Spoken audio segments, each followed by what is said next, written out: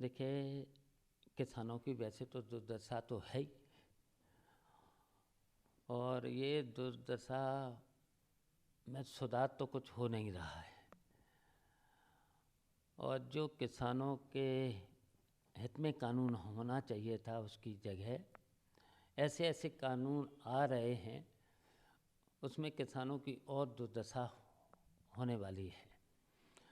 और फिर जब इस तरीके के जब भी कानून कोई लाए सरकार, तो लोकतंत्र में अधिकार है धरना का, प्रदर्शन का, अपनी मांग रखने का अधिकार है किसानों को। और फिर जब किसान विरोधी कानून आया है, तो ये तो हमारे देश का दुर्भाग्य है, किसानों का तो दुर्भाग्य है ही। और ऐसा कानून जो हमारे यहाँ का किसान अपना जो भी पैदा करता है, अपनी फसल पैदा करता है, वो मंडी तक पहुँचाने में तो उससे बहुत दिक्कत होती थी, नहीं पहुँचा जा सकता था। अब ऐसा कानून दूसरे प्रदेशों में अगर वो किस तरीके से पहुँचा लेगा, वो हमारे देश की स्थिति अभी नहीं है, हमारे देश के किसानों की वो स्थिति नहीं है।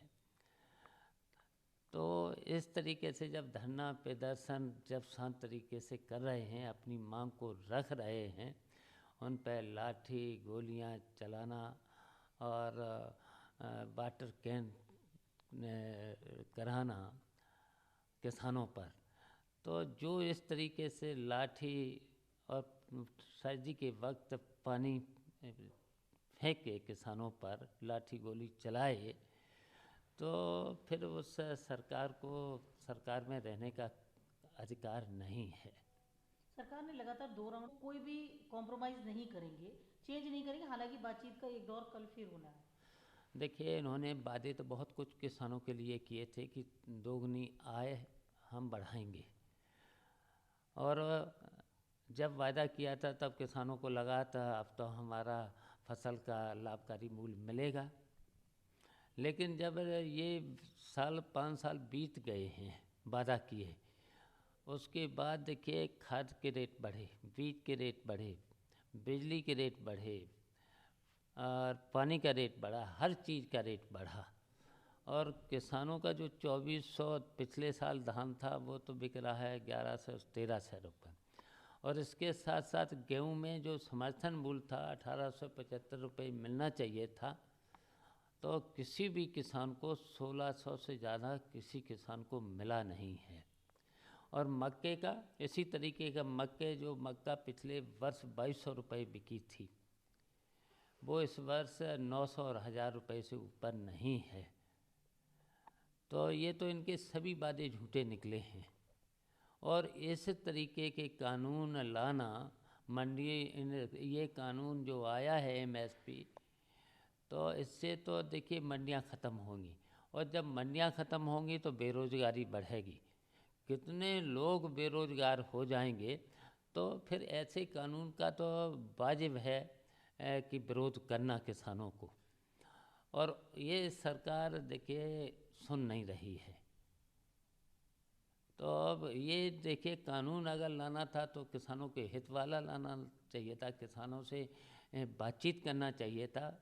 और बातचीत से बहुत से मामले सुलझ जाते हैं, लेकिन ये बातचीत तो करते हैं लेकिन बात नहीं सुनना चाहते हैं।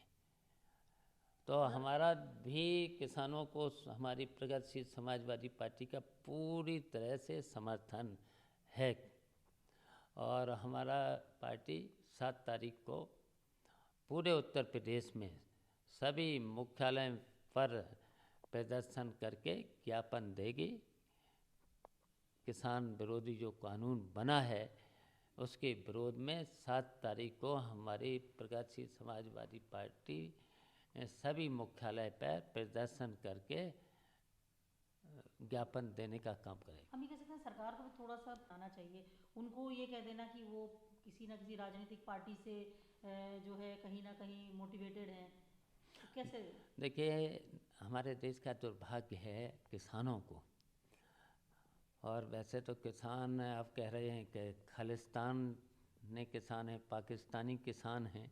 किसान जब अपनी समस्याएं लेकर के, और सबसे ज़्यादा दुर्दशा इस समय किसानों की है, तो किसान को इसमें सरकार को लचर हो करके किसानों की बात सुनना चाहिए, और ऐसे जो किसान विरोधी कानून हैं उनको वापस करना चाहिए। कि समाजवादी पार्टी, प्रगतिशील समाजवादी पार्टी, परिवार फिर शायद एक हो जाए, लेकिन क्या वजह रही कि फिर वो कहीं नज़र नहीं आ रहा है? समाजवादी पार्टी की तरफ से आया कि आपको एक सीट या एक पद या एक जिले तक, तो कैसे देखते हैं, क्यों, क्या वजह रही, क्यों नहीं हो पाया, किसकी क्या गलती रही? देखिए, मैं तो 1 साल पहले नेताजी के जन्मदिन पर मैंने कहा था कि अखिलेश मुख्यमंत्री बने, और हम लोग तो मुख्यमंत्री बनाना चाह रहे। वो हमारे लिए एक सीट की बात, हम उनको मुख्यमंत्री बना कर के सरकार बनाई, मुख्यमंत्री बने, सरकार बने, और वो मुझे एक सीट की बात करके और मंत्री बनाने वाली बात मेरे लिए तो मजाक जैसी है। मैं तो मंत्री भी रह चुका हूँ, और मैं कई बार विधायक भी लगातार 5 बार रह चुका हूँ, और मैं पार्टी का प्रदेश अध्यक्ष भी रहा, पार्टी संगठन में लगातार काम किया है, और नेताजी के साथ पूरी की पूरी लिस्टें हमने जब बनाई हों, टिकट दी हों नेताजी के साथ, तो ये तो एक सीट कह करके वो तो मुझे मजाक सी लग रही है। इसलिए मैंने कहा है, प्रगतिशील समाजवादी पार्टी रहेगी, कहीं विलय नहीं करेगी, अलायंस करेगी। और तब मैंने कहा था कि सभी जितने भी एक विचारधारा के लोग हैं, सब लोग इकट्ठे हों और अलायंस करें। क्या लगता है कि क्या वजह से वो कुछ कहीं से मिसगाइड होकर के इस तरीके इस की पर बात? मेरा अभी कोई कमेंट नहीं है, नो कमेंट। लेकिन आप ये चाहेंगे कि एक हो, पहले भी आप कह चुके हैं, लेकिन ये ज़रूर है कि आप जैसे सीनियर आदमी के लिए तो कुछ एक रिस्पेक्टेबल वो बयान भी आना चाहिए। देखिए, मैंने तो बहुत बार कह चुका हूँ, बहुत बार कह चुके हैं, और कहने के बाद अभी तक मुझसे किसी ने भी बात नहीं की है, और जब कोई आगे बात बढ़ी नहीं है, मेरे कहने के बावजूद भी किसी ने न बात की न बात बढ़ी है, तो इस पर अब मैं क्या कह सकता हूँ। आपने बड़े होने के नाते, परिवार का बड़ा, और एक हम कह सकते हैं पार्टी में आप इतने बड़े सीनियर पद पे थे, आपने पूरी अपनी तरफ से हम कह सकते हैं कोशिश की।